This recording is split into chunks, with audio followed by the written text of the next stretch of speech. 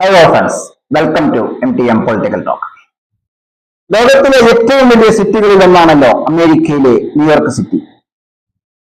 അവിടുത്തെ മേയറാകാൻ സാധ്യത തെളിഞ്ഞിരിക്കുന്ന ഒരാളെ കുറിച്ചാണല്ലോ ഇന്നത്തെ പ്രധാന വാർത്താ മാധ്യമങ്ങളൊക്കെ ചർച്ച ചെയ്തുകൊണ്ടിരിക്കുന്നത്.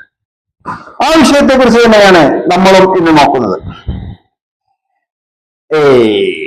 ഇന്നത്തെ വാർത്താ മാധ്യമങ്ങളിലൊക്കെ പ്രധാന പേര് സുഹ്റാൻ മംദാനി എന്നാണ്. ആരാണ് സുഹ്റാൻ മംദാനി? എന്താണ് അതിന്റെ വിശദമായ വിശേഷങ്ങൾ? ഇതൊക്കെയാണ് നമ്മൾ ഇന്ന് ചർച്ച ചെയ്യുന്നത്. നമ്മുടെ ഇന്ത്യയിലെ തന്നെ വ്യത്യസ്ത രാഷ്ട്രീയ പാർട്ടികളിലെ എല്ലാവരും നേതാക്കന്മാരൊക്കെ സുഹ്റാൻ മംദാനിയെ കുറിച്ച് ട്വീറ്റുകൾ നടത്തുകയും വിമർശിക്കുകയും പ്രോത്സാഹിപ്പിക്കുകയും ഒക്കെ ചെയ്തപ്പോൾ അദ്ദേഹത്തെ കുറിച്ചാണ് ഇന്ന് നമ്മുടെ വാർത്താ മാധ്യമങ്ങളൊക്കെ ചർച്ച ചെയ്തുകൊണ്ടിരിക്കുന്നത്. ലോകത്തിലെ തന്നെ ഏറ്റവും വലിയ സിറ്റികളിൽ ഒന്നാണല്ലോ ന്യൂയോർക്ക് സിറ്റി. അവിടുത്തെ മേയറാകുക എന്നൊക്കെ പറഞ്ഞാൽ വലിയൊരു ഭാഗ്യം തന്നെയാണ്, വലിയൊരു പദവി തന്നെയാണ്. അവരുടെ രീതി അനുസരിച്ച് ഓരോ പാർട്ടിയുടെയും സ്ഥാനാർത്ഥികൾ ആദ്യം മത്സര രംഗത്ത് വരുന്നത് ഏറ്റവും കൂടുതൽ വോട്ട് നേടുന്ന വ്യക്തി എന്ന നിലക്കാണ്. ഓരോ പാർട്ടിക്കുള്ളിൽ നടക്കുന്ന വോട്ടെടുപ്പിലാണ് ഇപ്പോൾ സുഹ്റാൻ മംദാനി മുന്നിലെത്തിയിരിക്കുന്നത്. ഡെമോക്രാറ്റിക് പാർട്ടിയുടെ നോമിനിയാണ് അദ്ദേഹം ഡെമോക്രാറ്റിക് പാർട്ടിയുടെ തന്നെ വേറൊരു വ്യക്തിയെ പരാജയപ്പെടുത്തി 50% അടുത്ത് വോട്ട് നേടിയിരിക്കുകയാണ്.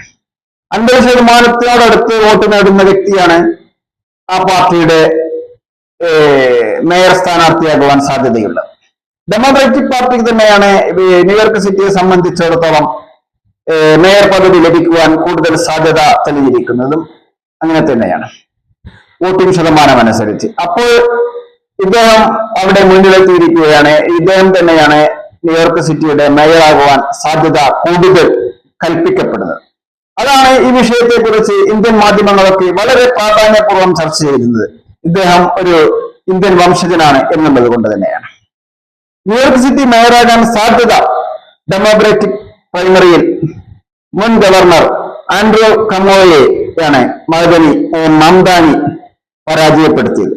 പ്രശസ്ത ഇന്ത്യൻ ചലച്ചിത്ര സംവിധായിക മീര നായരുടെ പുത്രനാണിവർ ഇദ്ദേഹം. അതുകൊണ്ട് തന്നെയാണ് ഈ ഇന്ത്യൻ മാധ്യമങ്ങൾ ഇദ്ദേഹത്തെ കുറിച്ച് വളരെ ഗൗരവമായി തന്നെ ചർച്ച ചെയ്തുകൊണ്ടിരിക്കുന്നത്. ഇന്ത്യയിലെ പ്രശസ്ത സംവിധായിക മീര നായരുടെ പുത്രനായതുകൊണ്ട് തന്നെയാണ്.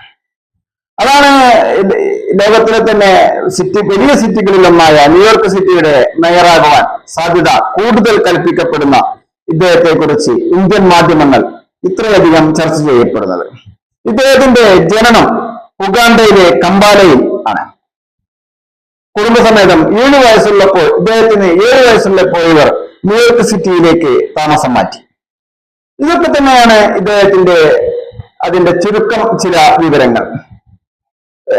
ന്യൂയോർക്ക് സിറ്റിയിൽ 7 വയസ്സുള്ളപ്പോൾ ന്യൂയോർക്ക് സിറ്റിയിലേക്ക് താമസം മാറ്റിയ ഇദ്ദേഹം ഇപ്പോൾ ന്യൂയോർക്ക് സിറ്റിയുടെ മേയർ പദവിയിൽ എത്തുവാൻ കൂടുതൽ സാധ്യത കൽപ്പിക്കപ്പെടുന്ന ഒരു വ്യക്തിയാണ്. അവരുടെ വോട്ടിംഗ് രീതി അനുസരിച്ച് ഏറ്റവും കൂടുതൽ വോട്ട് ലഭിക്കുന്ന ആളാണ് ഇനി ഡെമോക്രാറ്റിക് പാർട്ടിയുടെ മേയർ സ്ഥാനാർത്ഥിയാവുക. ഡെമോക്രാറ്റിക് പാർട്ടി തന്നെയാണ് ന്യൂയോർക്ക് സിറ്റിയെ സംബന്ധിച്ചിടത്തോളം ഭരണത്തിൽ വരാൻ സാധ്യത കൂടുതലും. ഇതൊക്കെ തന്നെയാണ് ഇദ്ദേഹത്തിനെ പറ്റിയുള്ള ഇന്നത്തെ നമ്മുടെ വാർത്താ മാധ്യമങ്ങളൊക്കെ ഇത്രയധികം ചർച്ച ചെയ്യപ്പെടുന്നത്. അതുകൊണ്ട് തന്നെയാണ് ഈ വിഷയത്തെ കുറിച്ച് നമ്മളും വളരെ ഗൗരവമായി ഈ വിഷയത്തെ കുറിച്ച് ചർച്ച ചെയ്യപ്പെടുന്നത്. ന്യൂയോർക്ക് സിറ്റിയിലെ ജീവിത ചിലവ് കുറക്കുക എന്നതാണ് പ്രധാന മുദ്രാവാക്യമായി ഇദ്ദേഹം ഇലക്ഷനിൽ തെരഞ്ഞെടുപ്പിൽ ഉയർത്തിക്കാണിക്കുന്ന പ്രധാന മുദ്രാവാക്യം ന്യൂയോർക്ക് സിറ്റി ലോകത്തിലെ തന്നെ ചിലവ് കൂടിയ സിറ്റികളിൽ ഒന്നാണ്. താമസിക്കുവാനും താമസ ചിലവ് ഏറ്റവും കൂടിയ സിറ്റികളിൽ ഒന്നാണ് ന്യൂയോർക്ക് സിറ്റി.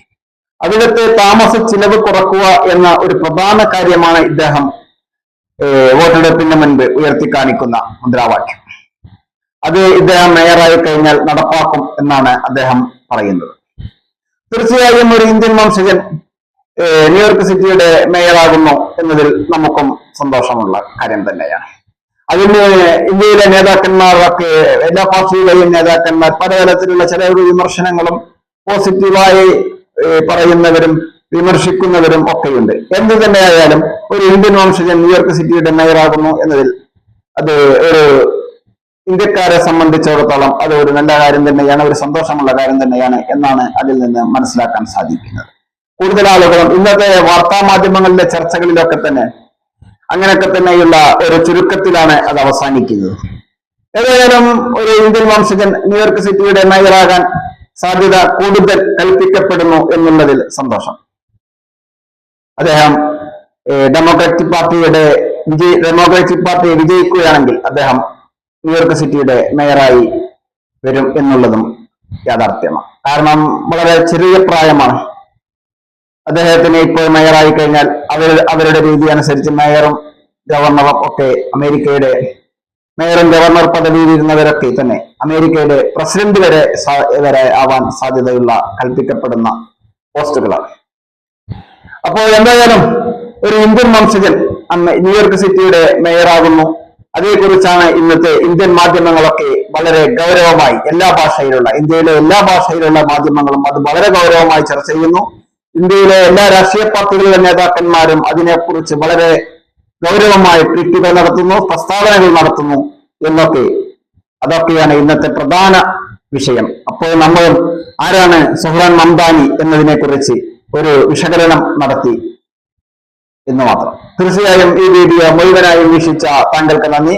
താങ്കൾ ഈ ചാനൽ ഇതുവരെ സബ്സ്ക്രൈബ് ചെയ്തില്ലെങ്കിൽ സബ്സ്ക്രൈബ് ചെയ്യാനും താങ്കളുടെ അഭിപ്രായ നിർദ്ദേശങ്ങൾ എന്താണെങ്കിലും അത് കമന്റ് ബോക്സിൽ രേഖപ്പെടുത്തുവാനും ലൈക്ക് ചെയ്യാനും ഓർമ്മിപ്പിക്കുകയാണ്. ഈ വിഷയം ഇഷ്ടമായി കഴിഞ്ഞാൽ നിങ്ങളുടെ സുഹൃത്തുക്കളിലേക്ക് കൂടി ഇത് ഷെയർ ചെയ്യുവാനും അപേക്ഷിക്കുകയാണ്. നന്ദി.